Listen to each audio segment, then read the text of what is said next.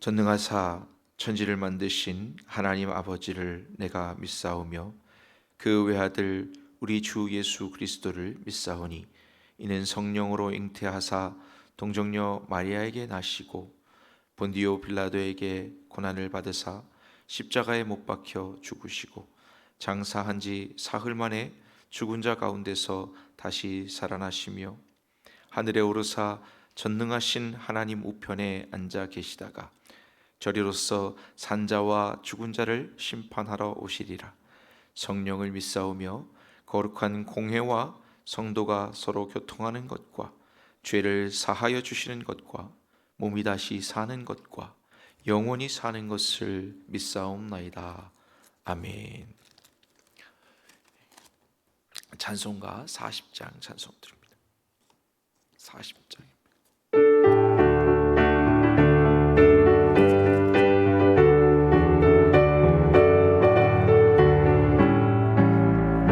찬송으로 보답할 수 없는 큰 사랑, 주님께 영광 할렐루야. 형제 자매 모두 함께 모여 찬송해. 주님께 영광 할렐루야. 하나님의 자녀여 크게 찬송 부르며 밝고 거룩한 길로 기쁨으로 나아가 주의 보좌 앞으로 속히 들어가겠네. 주님께 영광 할렐루야.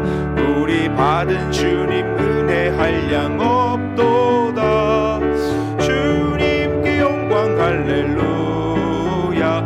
기쁜 찬송 부르면서 천국 가겠네. 주님께 영광 할렐루야. 하나님의 자녀여 크게 찬송 부르며 밝고 거룩한 길로 기쁨으로 나아가 주의 보좌 앞으로 속히 들어가겠네. 주님께 영광 할렐루야. 잠시 후에 우리 모두 주를 보겠네. 주님께 영광 할렐루야. 영광스런 보좌 위에 거룩하신 주, 주님께 영광 할렐루야. 4절로 고백합니다.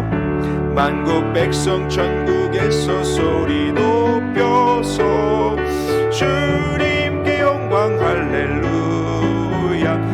영원토록 주의 공로 찬양하겠네. 주님께 영광 할렐루야. 하나님의 자녀여 크게 찬송 부르며 밝고 거룩한 길로 기쁨으로 나아가 주의 보좌 앞으로 속히 들어가겠네. 주님께 영광 할렐루야.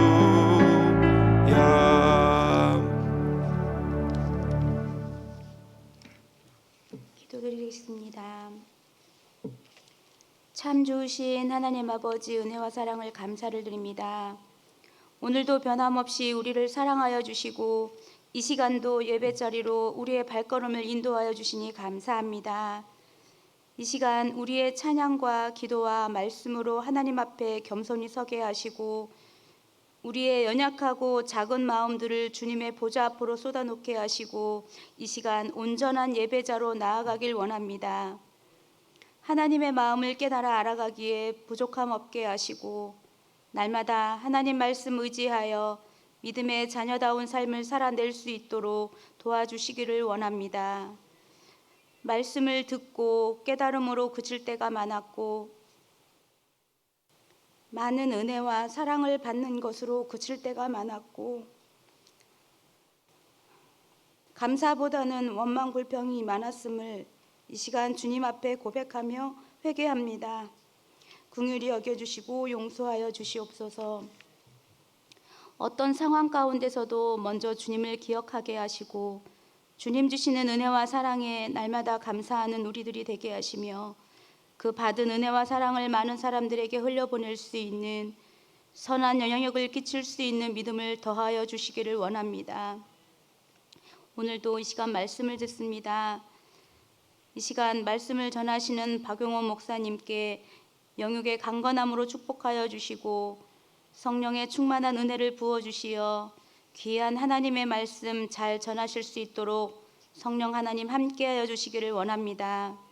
들려주시는 말씀을 통해 우리의 마음이 새롭게 하시어 행함이 있는 믿음의 삶으로 인도하시고 주님을 기쁘시게 하는 순종의 삶으로 주님의 향기를 드러내는 우리 모두가 되기를 원합니다.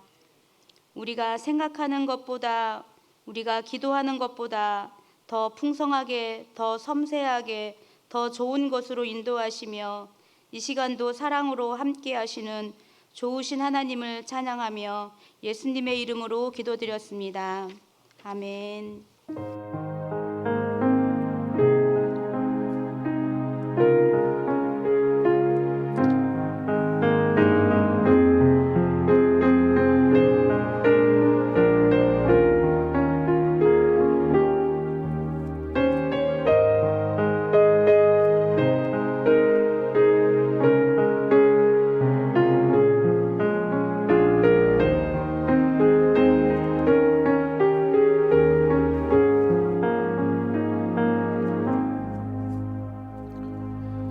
교회 소식을 전해드립니다. 성찬 예배가 오는 주일 오전 예배 시간에 있습니다. 마음으로 기도로 준비해 주시기 바랍니다. 항존직 선거가 12월 17일 셋째 주일에 1부에서 3부 시간에 있습니다. 후보자 공시는 이번 주일에 되니까 기도로 준비해서 표해 주시면 됩니다. 담임 목사님께서 내년도 목회계획을 위해서 기도원에 계실 텐데 기도 여러분들도 한 마음으로 기도해 주시기 바랍니다. 바울선교회 헌신 예배가 이번 12월 3일 주일 저녁 예배 시간에 있습니다. 12월 둘째 주일 저녁부터 월요일 화요일 새벽과 저녁 시간에 부흥회가 준비되어 있습니다. 많은 은혜가 있기를 위해서 부흥회 준비 기도회로 12월 4일부터 그 주간 특별 새벽 기도를 같이 하오니 함께 기도해 주셔서 은혜를 준비해 주신 저와 여러분 되시길 바랍니다. 이상입니다. 봉헌하겠습니다. 하나님 말씀 제가 먼저 읽고 그때 봉헌합니다. 로마서입니다. 하나님 말씀 먼저 보겠습니다. 로마서 1장 10절로 17절입니다. 로마서 1장 10절로 17절 말씀 봉독해 올립니다. 로마서 1장 10절로 17절입니다. 제가 봉독하겠습니다. 어떻게 하든지 이제 하나님의 뜻 안에서 너희에게로 나아갈 좋은 길 얻기를 구하노라. 내가 너희 보기를 간절히 원하는 것은 어떤 신령한 은사를 너희에게 나누어 주어 너희를 견고하게 하려 함이니 이는 곧 내가 너희 가운데서 너희와 나의 믿음으로 말미암아 피차 아니함을 얻으려 함이라. 형제들아, 내가 여러 번 너희에게 가고자 한 것을 너희가 모르기를 원하지 아니하노니 이는 너희 중에서도 다른 이방인 중에서와 같이 열매를 맺게 하려 함이로되 지금까지 길이 막혔도다. 헬라인이나 야만인이나 지혜 있는 자나 어리석은 자에게 다 내가 빚진 자라. 그러므로 나는 할 수 있는 대로 로마에 있는 너희에게도 복음 전하기를 원하노라. 내가 복음을 부끄러워하지 아니하노니 복음은 모든 믿는 자에게 구원을 주시는 하나님의 능력이 됨이라. 먼저는 유대인에게요 그리고 헬라인에게로다. 복음에는 하나님의 의가 나타나서 믿음으로 믿음에 이르게 하나니 기록된 바 오직 의인은 믿음으로 말미암아 살리라 함과 같으니라. 아멘.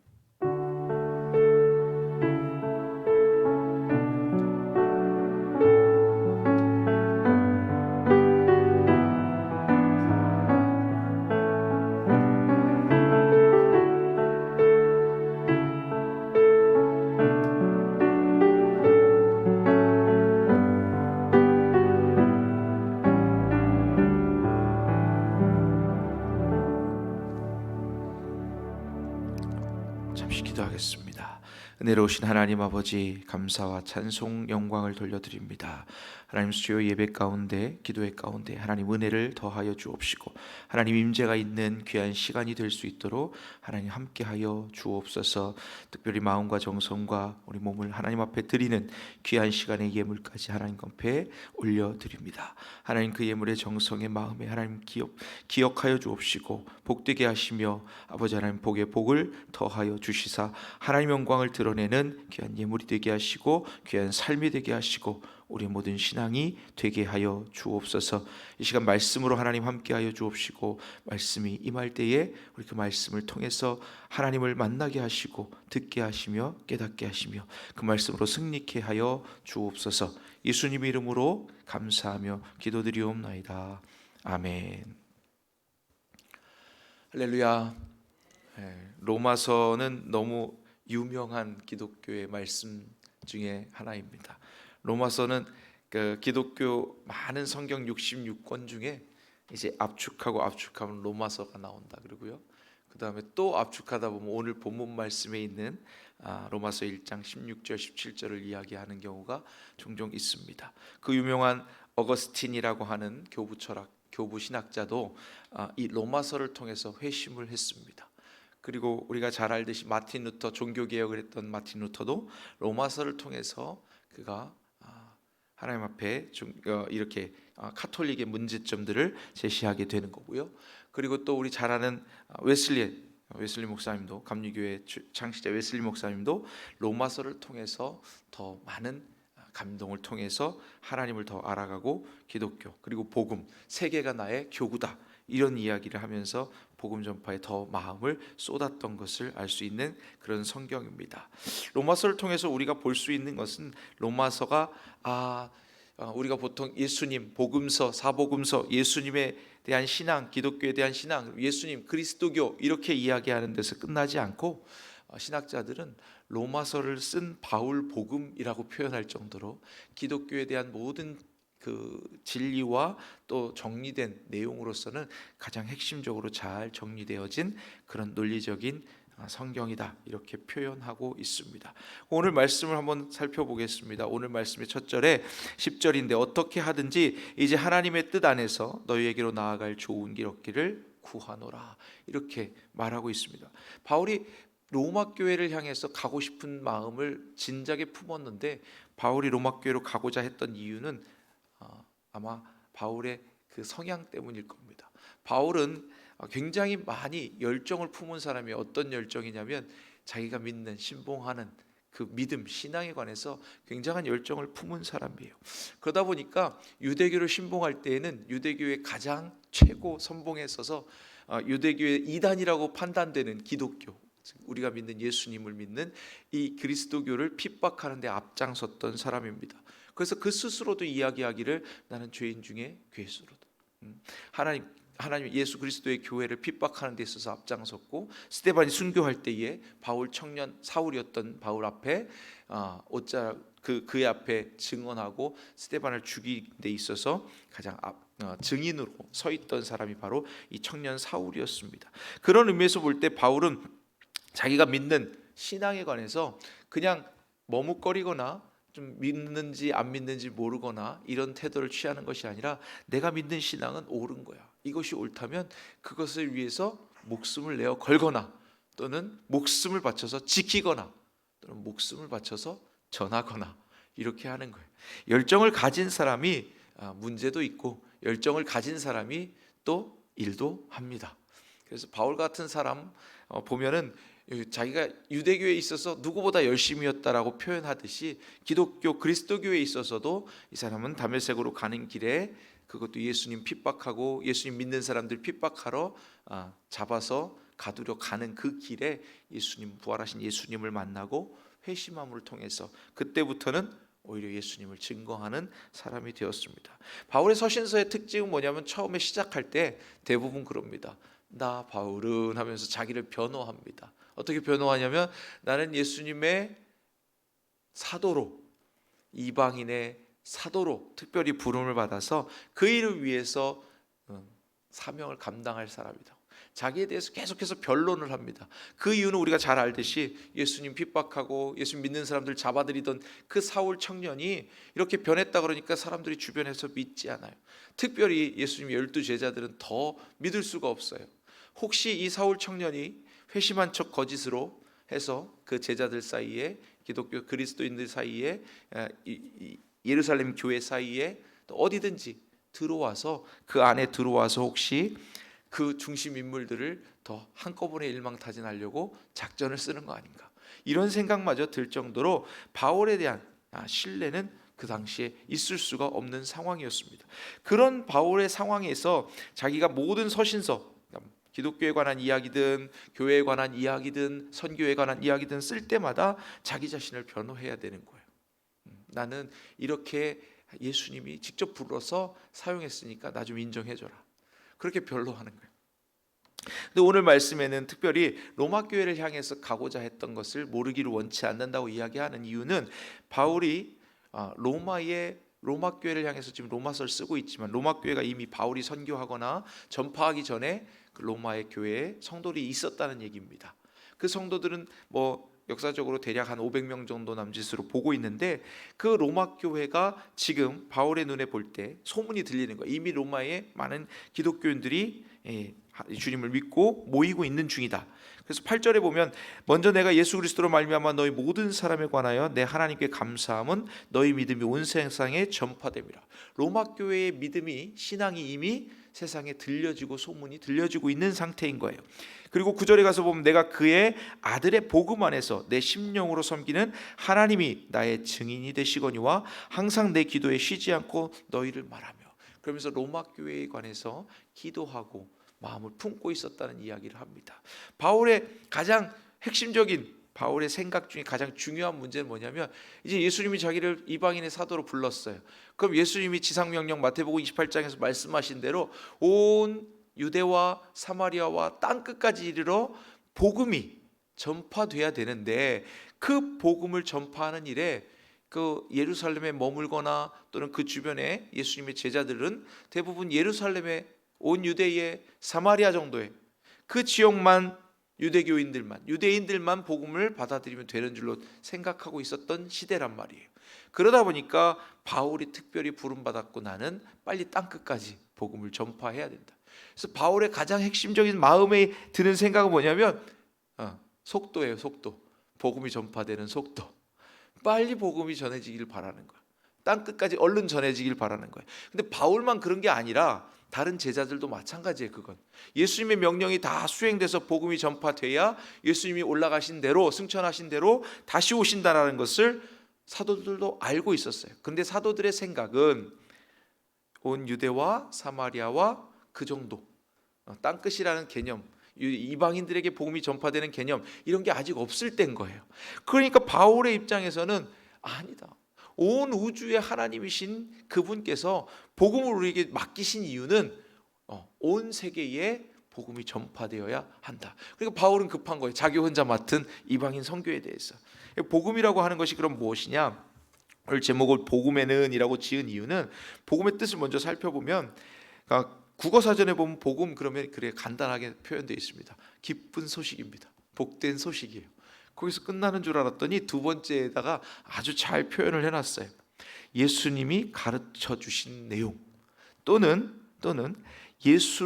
예수님을 통해서 인간이 구원받는 길, 예수님으로 인한 인간 구원의 길, 이게 국어사전의 복음에 대한 표현입니다. 너무 잘 표현해 놓은 것 같아요. 예수님도 직접 말씀하시기를, 내가 곧 길이요 진리요 생명이니 나로 말미암지 않고는 아버지께로 올 자가 없다고 말씀하셨습니다. 예수님을 통해서 하나님께 구원받는 그 길은 유일하다는 겁니다. 그러니까 이 복된 소식을 전하는 일에 있어서 바울은 자기가 특별히 택정함을 받은 사람이다, 그런 얘기예요. 그리고 그 복음을 전하는 데 있어서 자기는 아주 중요한 역할을 감당해야 된다. 왜냐하면 유대 안에, 예루살렘 안에, 그 안에서 그냥 예수님 부활하셨다 이 소식하고 기쁘고 즐겁고 모여서 기도하기 힘쓰고, 그리고 오순절 마가의 다락방에서 성령 충만함 받고, 그래서 많은 온 유대에 복음은 전하긴 전하는데 정말 전해야 될 곳, 이방인들에게 선교가 안 되고 있단 말이에요. 바울의 입장에서는 빨리 전하는데 바울이 어떻게 빨리 전하고 싶으냐면 거점을 만드는 거예요. 바울은 참 지혜로운 사람이에요. 가는 곳마다 복음을 전하면 거점 교회를 만드는 거예요. 여기를 통해서 복음이 전파된대.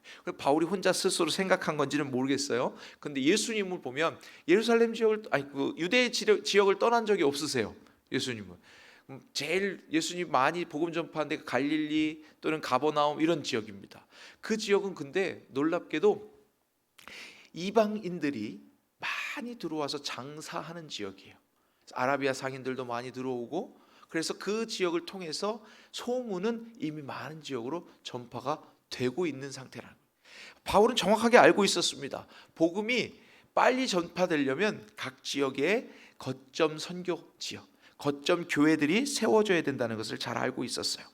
그래서 그 중에 바울이 마음에 선택한 건 뭐예요? 로마라는 나라입니다.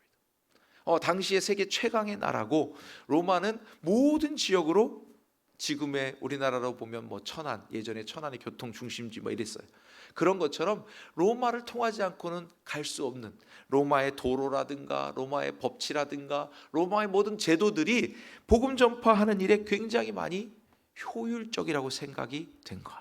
그러니까 로마를 가서 로마의 복음을 제대로 전하고, 로마에 있는 성도들을 모아서 규합해서 그들을 통해서 거점 교회를 제대로 세워놓으면 온 세계에 복음이 땅끝까지 금방 순식간에 전파되기를 기대한 거예요.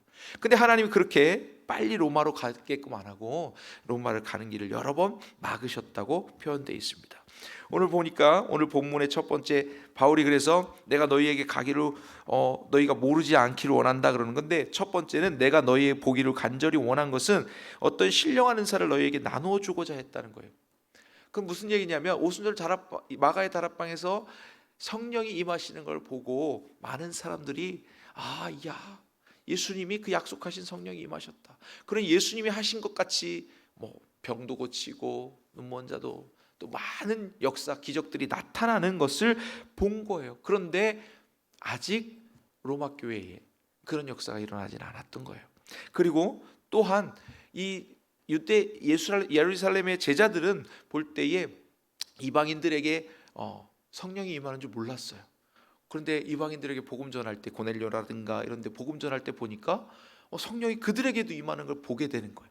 그러니까 바울이 선교하는 가장 중요한 중심 주제에는 뭐냐면, 복음을 마음으로 믿어 받아들여, 또 머리로 믿어, 또 입으로 고백해, 이런 것들도 중요하지만 하나님의 예수 그리스도의 약속하신 보혜사 성령이 그 속에 임하면 가장 확실하다는 걸 바울은 정확하게 알고 있는 겁니다.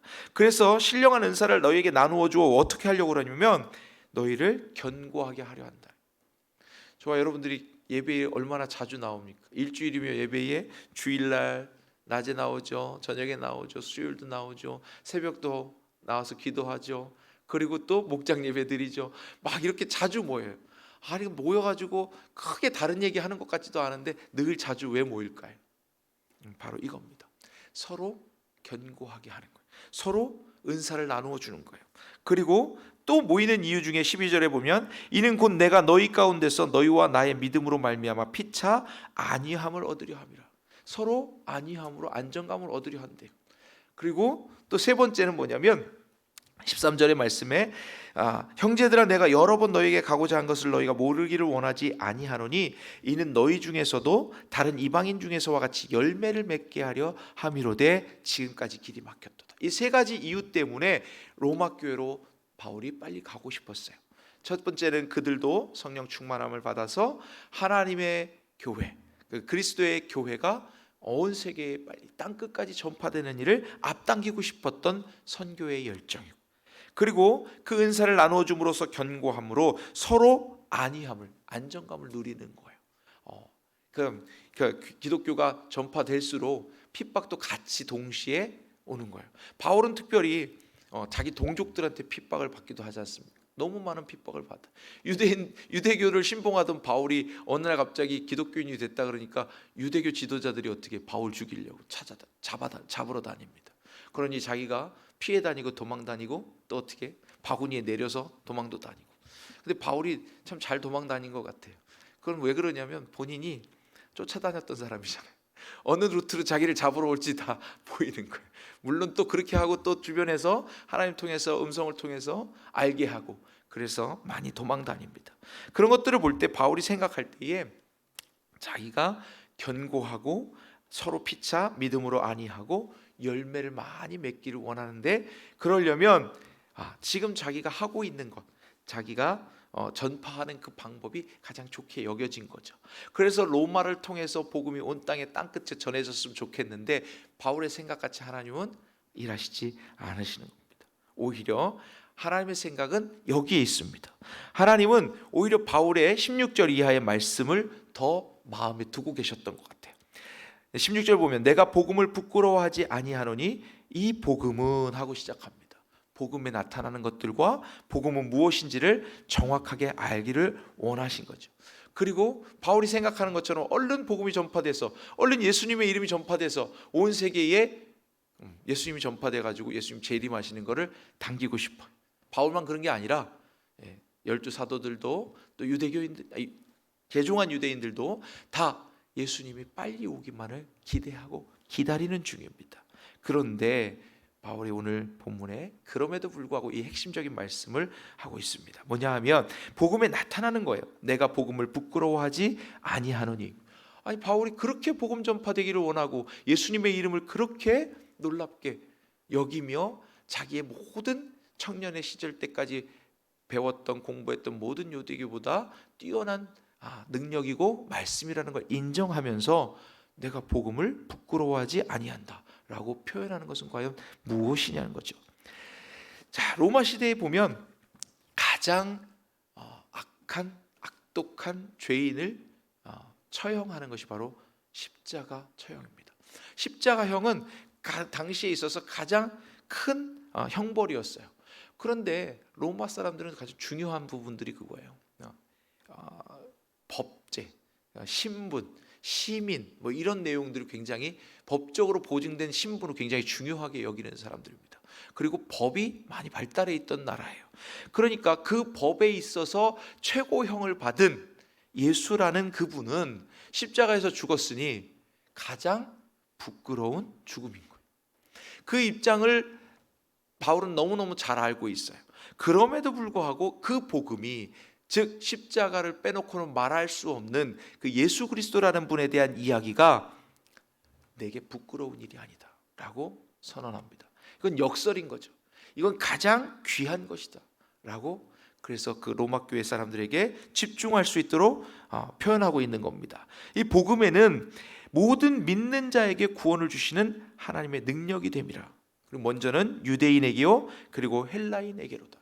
이 말은 뭐냐면, 자, 우리가 먼저 말씀을 맡은 자예요. 유대인들에게 하나님 말씀 먼저 주셨어요. 유대인들에게 율법도 주시고 또 모세 오경뿐만 아니라 구약 성경을 주셨어요. 근데 유대인들이 그 말씀을 맡았는데 어떻게 해요? 예수님이 오셔서 정확하게 그들을 표현한, 비판한, 너희가 천국 열쇠를 쥐고 너희도 들어가지 않고 들어가려고 하는 자들도 막는다.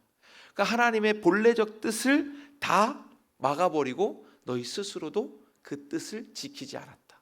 그 말씀을 하고 있는 거예요. 그래서 하나님께서 오늘 이 복음은 복음에 나타난 하나님의 의지를 이야기하고 있는 겁니다. 여기에는 하나님의 의가 나타난다는 거예요. 하나님의 의. 그러니까 하나님이 말씀하시는 거예요. 하나님의 의라는 건 뭐냐면 이 복음 안에 하나님의 의지가 나타난다는 거예요. 하나님의 뜻이 나타난다는 거예요. 나는 이런 뜻을 펼칠 거야. 나는 이런 뜻으로 너희를 구원할 거야. 예수님 말씀하시기를 회개하라 천국이 가까워왔다.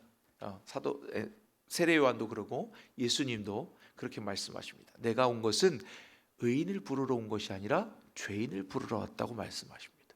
그것이 바로 복음의 뜻이에요. 하나님의 의지예요. 그러니까 이 복음을 통해서 우리가 거두어 드릴 것은 바로 죄인들인 겁니다. 그래서 얼마나 감사한 건지 몰라요.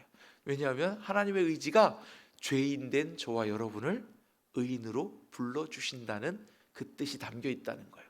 그래서 어거스틴 같은 사람도 자기가 30대 초반까지도 굉장히 타락하고 제멋대로 살던 사람이에요.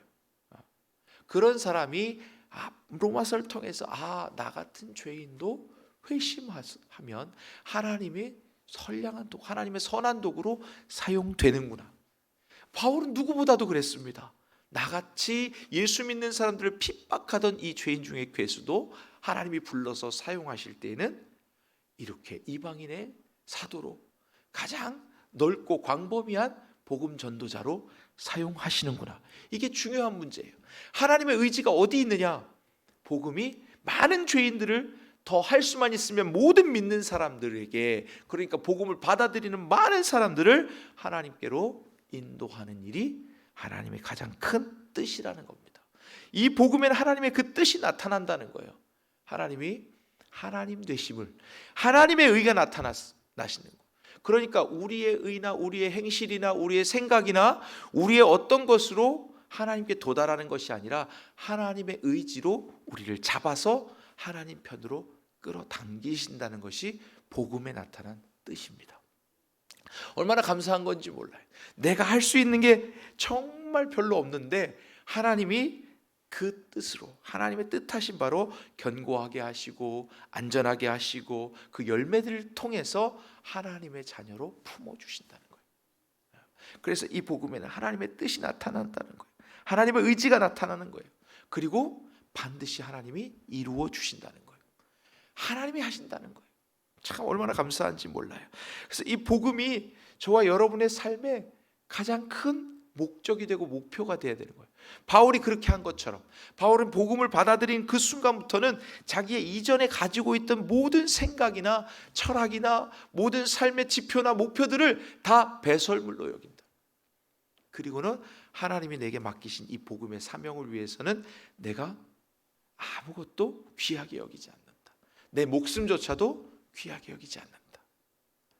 자, 그러면 이제 이 복음에 뭐가 있는 거예요? 복음에는 첫 번째 하나님의 의지가 있다 그랬습니다. 두 번째는 복음을 받아들인 바울이 어떻다고요?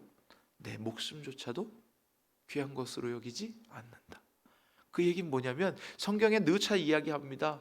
저는 그게 이순신 장군이 제일 먼저 얘기한 줄 알았어요. 살고자 하는 자는 살고, 죽고자 하는 자는 죽는다. 성경에 나와요. 성경. 무릇 자기 목숨을 내어놓는 자는 산다 그랬어요. 이순신 장군이 성경을 알았을 리도 없는데 어떻게 그 말을 했는지 모르겠지만 이 말이, 복음에 나타나는 것은 생명이라는 거예요. 생명. 복음에 나타나는 것은 바로 믿는 자에게 주시는 구원인데, 물에 빠진, 이게 구원이라는 말은 간단합니다. 물에 빠진 사람은 어떻게 죽어가고 있는데 건져주는 거예요. 죽어가고 있는데 그냥 놔두면 죽을 수밖에 없는데 건지면 사는 거예요. 복음에는 이런 생명의 능력이 나타난다는 거예요. 생명의 능력. 얼마나 쉽습니까? 사람 살리는 게 여러분 얼마나 어려운 일이에요, 원래. 그죠? 의사들이요, 얼마나 힘들게 사람을 살리는지. 외과 수술하시는 분들은요, 들어갈 때마다, 심지어는 어떤 병원은 나빠서 살릴 확률이 없으면은 그 당장 이제 옮기면 죽게 생겼는데도 다른 병원으로 트랜스 가라 그런대. 못 받는데. 수술하다가 죽으면 내 책임이니까 안 받으려고 그러는 거예요. 그렇게 사람 하나 살리는 게 어려운 일인데 이 복음에는 사람을 살리는 능력이 있단 말이에요. 생명이 있단 말이에요. 그냥 증거만 하면 돼요. 얼마나 간단하냐면 나 좀 봐 하면 되는 거예요. 나 좀 봐. 나 같은 사람 하나님 살리셨어. 나 같은 사람을, 죽을 수밖에 없는 나를 살리셨어. 이게 복음에 나타나는 거예요. 근데 이게 나타나려면 어떻게 해야 되냐면, 내가 죽었던 사람인데 살아. 그러니까 내가, 내 삶이 죽은 사람처럼 살다가 산 사람처럼 바뀌어 있는 증거를 보여줘야 되는 거예요. 이게 복음이에요. 여러분, 기쁜 소식이라 그러면 뭐가 있어요? 결혼한다 그러면 기쁘죠. 또 누가 자녀가 결혼했는데 자녀를 낳았어. 그러면 손주 나오면 얼마나 또 기뻐요. 자식 낳을 때보다, 어른들 대부분 하시는 말씀이에요. 자녀를 낳을 때보다 손주 낳을 때 그렇게 좋을 수가 없대요. 그리고 기를 때도 마찬가지. 자녀를 기를 때는 이쁘고 행복하고 이런 거 잘 못 느끼신대. 근데 그때는 뭐 이렇게 벌어 먹여야 되지 책임감도 있고 뭐 이런 것 때문에 그런지 모르겠는데, 손주는 일단 1차적인 책임은 아니라서 그렇대요. 그러면서 이뻐만 하면 되니까 그렇게 이쁠 수가 없대요. 근데 이런 기쁜 소식들이 여러분들 삶 가운데 계속해서 나타나야 되는데, 복음의 참 옷을 입은 사람은 매 순간이 그렇게 기쁜 거예요. 왜냐하면 내 생명이 죽을 수밖에 없는데 살 수 있게 됐으니까. 이 복음에 나타난 17절에 복음에는 하나님의 의에 나타내서 믿음으로 미르에 이르게 하나니 기록된 바 의인은 오직 의인은 믿음으로 말미암아 살리라 한과 같으니라. 히브리서에 보면은 아브라함이 이렇게 표현합니다. 아브라함이 능히 하나님께서 죽은 자들 가운데서 능히 그를 살려내실 것을 믿었더라라고 합니다. 이삭을 바치라고 하는 하나님의 그 명령에 아브라함이 고민하지 않고 아침에 일찍 이삭을 데리고 하나님이 오라고 한 산으로 간 이유는 하나님에게 생명이 있다는 것을 알고 있는 거예요. 하나님께서 죽은 것 같은 사라의 몸에서 이삭을 나게 하신 것을 경험했잖아요. 그리고는 그 이삭으로 인해서 십수년과 기쁨을 누렸고 그 이삭을 하나님 바치라고 할 때에 아브라함은 정확하게 알았어요. 하나님이 생명의 근원이신 것을. 그래서 여러분 복음을 이렇게 입은 사람은 어떻게 해야 되냐면 그때부터는 내 삶이 아니고 복음에 빚진 삶이 되는 거예요. 오늘 사도 바울이 딱 정확하게 그렇게 말합니다. 내가 헬라인에게 유대인에게 빚진 자라고 말합니다. 이방인들에게 다 빚진 자라고 말합니다. 바울이 무슨 빚을 졌어요? 근데 예수님이 바울을 부르셨을 때 가당치도 않은 바울을 부르셨을 때, 그래 예수님 핍박하던 그를 부르셨을 때 바울이 결단한 건 당연한 거예요. 그래 나는 죽어야 마땅한 사람인데, 죽어도 그냥 죽어서는 안 되고 죄인 중에 괴수와 같이 죽어야 마땅한 사람인데 나 대신 예수님이 십자가에서 그렇게 죽으셨구나 하는 걸 정확하게 본 거예요. 그리고 이제는 내 삶이 아니라 복음의 삶이라. 복음으로 인해서 살고 복음에 의해서 살고 복음을 위해서 사는 거다. 그런 마음으로 살기 때문에 이제 이 복음에는 생명이 나타나는데 나 하나 건지는 걸로 끝나는 게 아니라 전하라는 거예요. 생명을 많은 영혼을 옳은 대로 인도해야 된다. 하늘의 별과 같이 빛난다고 말씀하십니다. 그리고 세 번째 복음에는 하나님의 능력이 나타난대요. 하나님의 능력. 하나님의 능력이 바로 그겁니다. 하나님의 능력은 전능하신데 전능하신 것 중에 가장 확실한 것이 뭐냐면 예수님이 능력으로 말미암아 부활하심으로 하나님의 아들로 선언되어졌다. 누가 부활한 사람이 있어요? 우리 세상에 대단한 성인들도 다 무덤 있고 그들 부활 안 했어요. 근데 나사로도 부활하고 뭐 이렇게 했다 그러지만 나사로도 다시 죽었어요.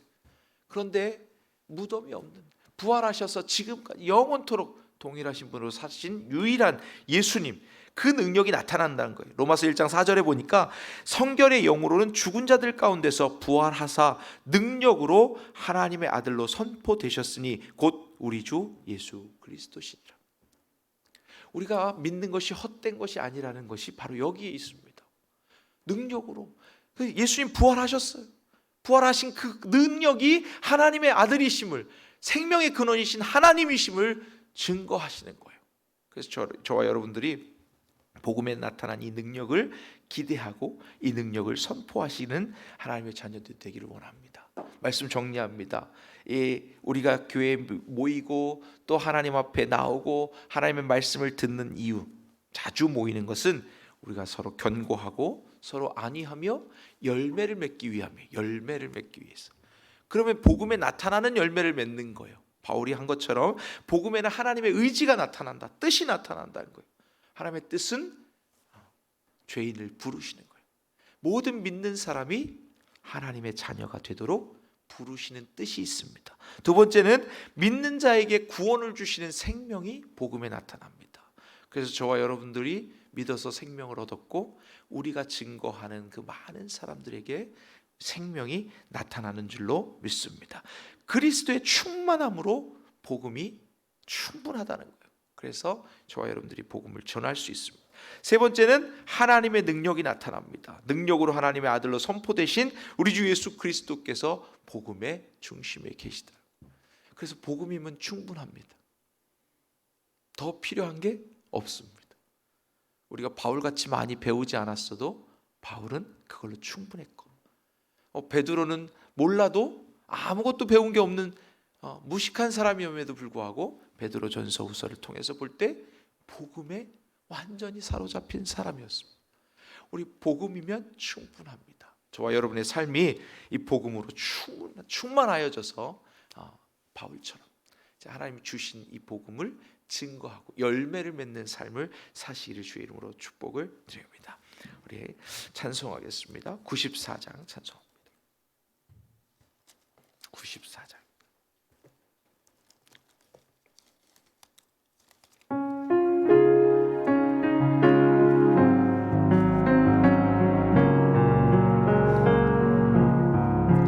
주 예수보다 더 귀한 것은 없네.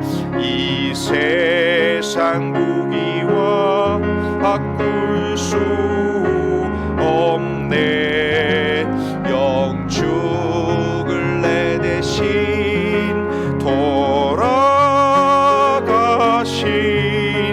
그 놀라운 사랑 잊지 못해.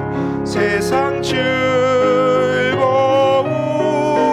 다 버리고 세상 자랑 다 버렸네. 주 예수보다 더 귀한 것은 없네. 예수 밖에는 없네.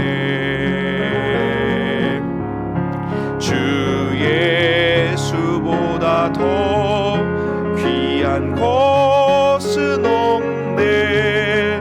이 세상 명예와 바꿀 수 없네.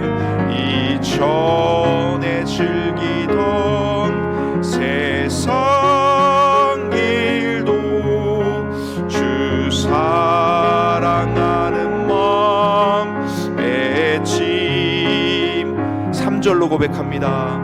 주 예수보다 더 귀한 것은 없네. 이 세상 행복과 바꿀 수 없네. 유혹과 핍박이 몰려와도 주 섬기는 내 마음 변치 않아. 세상 즐거움 다 버리고 세상 자랑 다 버렸네. 주 예수보다 더 귀한 것은 없네. 예수 밖에는 없네. 오늘 말씀을 기억하면서 저와 여러분들이 복음에는 하나님의 의, 생명, 하나님의 능력이 모두 나타나서 저와 여러분들의 삶을 복음으로 인해서 살고 복음에 의해서 살고 복음만 위해서 살도록 요청하시는 하나님의 음성이 있습니다. 또 열매 맺는 삶을 살기를 원하시는 하나님의 음성이 이 안에 충만하게 들어있음을 기억하고 우리 복음 위에서 살고 내가 정말 주님 앞에 부름받았으니 먼저 구원받았으니 열매를 많이 맺도록 하나님 기뻐하시는 뜻을 이루어드리는 저와 여러분이 되게 해달라고 우리 한번 주님 3번 부르고 기도합니다. 주여 주여 주여. 내려오신 하나님 아버지 감사드립니다. 아버지 하나님 우리에게 복음을 주셨어. 복음의 메시지를 통해서 오직 우리 주 예수 그리스도를 믿는 믿음으로 이 안에서 충만함을 누리며 아버지 하나님 주신 능력, 아버지 하나님 주신 뜻, 그 생명의 능력을 증거하고 전파하는 저희들 되게 하여 주시옵소서. 오직 복음에 의해서 살고 그 능력을 아버지 하나님 세상 가운데 만천하 가운데 하나님이 드러내는 주의 자녀들이 다 되게 하여 주옵시고 복음을 인해서 살면서 복음의 능력을 전파하며 하나님의 이름이 드높아지고 그리스도의 이름이 전파되는 일에 우리의 생명을 다하기까지 그 일을 감당해내는 죄 자녀들이 되어서 아버지 하나님 열매 맺는 삶이 되게 하시고 열매를 풍성히 맺어 주님 앞에 많은 아버지 하나님 보화 상급을 쌓아두는 죄 자녀들이 다 되게 하여 주실 줄로 믿습니다. 우리 안에 복음으로 충만을 넘치게 누리게 하여 주옵시고 기쁨을 아버지 하나님 충만히 누리게 하여 주옵시고 아버지 하나님 참 자유함을 누리는 죄 자녀들이 다 되게 하여 주시옵소서. 놀랍게 역사하실 하나님의 은혜를 기대합니다. 하나님 함께하여 주옵소서. 아버지 하나님 감사합니다. 하나님 아버지 감사합니다. 우리에게 하나님의 뜻하신 바를 먼저 허락하셔서 복음의 사람들이 믿음의 사람들이 되게 하여 주셔서 불러주시는 애에 감사를 드립니다. 아버지 하나님 그 복음에 생명의 능력이 있고 하나님의 능력이 그 안에 다 있음을 고백합니다. 우리의 삶이 복음으로 충만하여지기를 원합니다. 우리의 삶이 복음을 증거하며 살기를 원합니다. 우리의 삶이 많은 열매들로 하나님께 영광을 돌려드리기를 원합니다. 이제 다짐하고 결단하는 우리 가운데 하나님의 놀라운 능력이 나타나게 하여 주옵소서. 예수님 이름으로 감사하며 기도드리옵나이다. 아멘. 하늘에 계신 우리 아버지여, 이름이 거룩히 여김을 받으시오며 나라가 임하시오며 뜻이 하늘에서 이루어진 것 같이 땅에서도 이루어지이다. 오늘 우리에게 일용할 양식을 주시옵고 우리가 우리에게 죄 지은 자를 사하여 준 것 같이 우리 죄를 사하여 주시옵고 우리를 시험에 들게 하지 마시고 다만 악에서 구하시옵소서. 나라와 권세와 영광이 아버지께 영원히 있사옵나이다. 아멘.